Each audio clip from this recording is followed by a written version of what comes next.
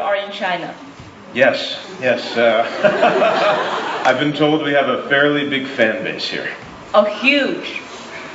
Feel very fortunate about that, to be a part of a show that has an international fan base that's able to touch and move and inspire people all the way around the world. It's an incredible thing. Also, the feeling is kind of surreal, isn't it?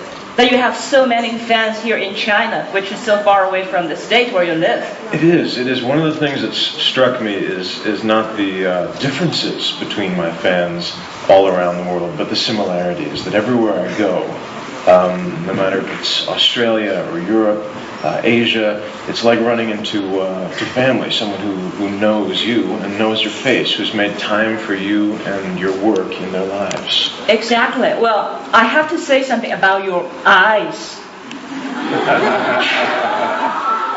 People have been driving me crazy. I mean, for the past few days, everybody just came up to me to tell me how much they love you. Okay, and I have a friend who's just crazy about you. And I called her this morning. I said, okay, Michael is here. And she said, Michael who? I said, the Michael, your Michael. And then there's this silence, okay? Then I heard this huge scream. So I had to held my phone further away from my ear. And then I could still hear that she was like gasping. And then she said, I'm not in Beijing, but can you please do something for me? I said, okay, what do you want me to do? She said, just please look into his eyes. I don't know what that means. And now I know. Oh, thank you. You're going to make me blush. Well, I have to, it's kind of hot here. Well, first of all, I have to apologize to my viewers because we're going to do this show not entirely, but basically in English. And just now you heard him talk, not as Michael, but as himself. And that's just, the feeling is still, surreal, right? Just tell me, how many of you were too excited to fall asleep last night because of him?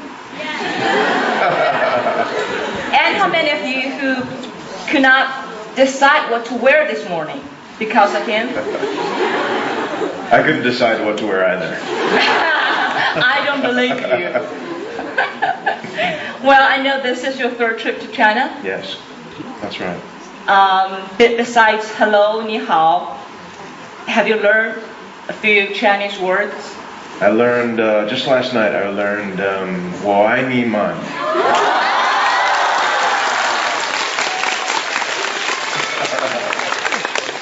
Well, I think 我爱你 is more important than 我爱你们. Well, yeah, I love you. I love you guys. Are pretty much the same. It's a good start. Yeah, but do you get to walk around a little bit in Beijing and Shanghai? I have. All three times I've come, it's been for work, so that's taken priority. But I always make sure that for every day of press and publicity, I have one day for seeing the sights and exploring as much as I can in that limited time what Shanghai and Beijing have to offer. If you have the time, where do you want to go?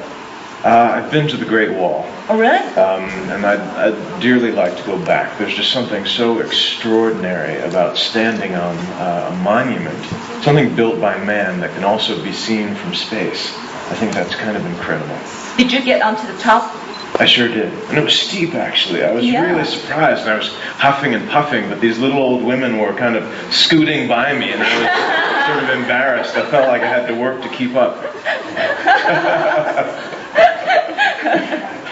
Well, the first time you were in China, that was last year, right? Yes.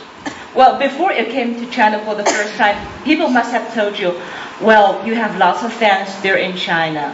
Yeah. Did you believe them? I'd heard a few numbers. Someone told me that there were 135 million fans watching the show online every week, which is half the population of the United States. It's an incredible number. You can't really wrap your head around what that means. But I have to say that for a boy from Brooklyn, New York, the idea that I would be traveling extensively in Asia, coming to China 3 times in the space of a year, would have been inconceivable to me as a child. I feel very fortunate, very fortunate. Were you really surprised or kind of just frightened to see so many fans for the first time in Shanghai, right? Not frightened, not frightened. I mean, I had a very Just really warm, surprised. large reception at the airport, which was great. But the fans, by and large, have always been very respectful, very polite, certainly devoted to the show. But they've always been on their best behavior, and I certainly appreciate that. Well, do you have more female fans than male fans? I think so, and I think that's what took people by surprise, because originally I think the idea was that this show would mostly appeal to a male audience, because it was prison, because it was action-adventure, but it took people by surprise that there was a sizable female audience tuning in as well. Well, yeah, for sure. And pretty soon you're going to know that Chinese girls are not shy of expressing their feelings. No. You know, not shy at all. I've gotten that impression. Which is good, right? I know that this time you're here in China for a car commercial. Yes. Are you a sensible driver? I try to be. Actually, since we started shooting Prison Break, I have a lot more respect for the law and for obeying the rules and regulations. But I am someone who loves to drive. And the first season we shot the show in Chicago, and the second season we were in Dallas, Texas.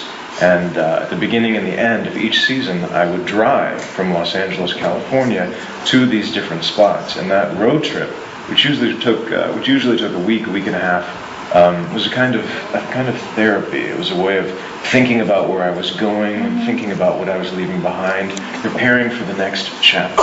So for me, the opportunity to get behind the wheel